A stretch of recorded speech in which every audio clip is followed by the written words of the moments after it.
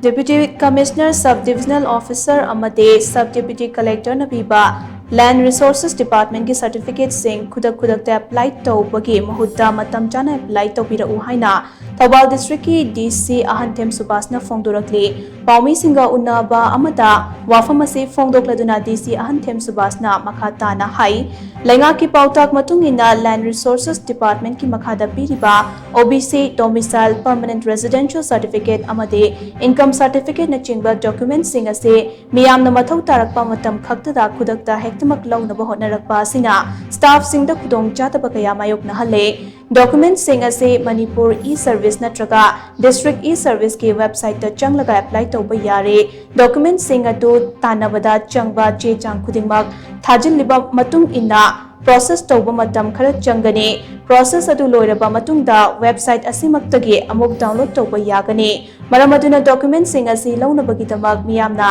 matam chana online gi kuthangda apply tawbirau haina su mahakna makatana phongdokhi online na wena tawbiraga masida aikoi DC office SDC office SDO office ta mi masal lakmagi aikoi mathau sunga tade yumdagi werasu aikoi relevant documents in kari sange haibasi aikoi aina mangda panjagriba portal aikoi website ani sida loina leijabang aktani kudam wena domicile certificate loge hairagadi magi identity proof of applicant magi residential address the proof of place of birth, citizenship, the magi parents, the magi linariba, Adugumba, Mayamsi, upload Tolaga, Magi, number Namatolakani application to give, number two the verified doctor, Toga, online, then Lueraga, do the gate to Magi Singazagado Nema. Other book, Hauzik, Equida, undue pressure, Mayama, Maru, admission timing, Masida,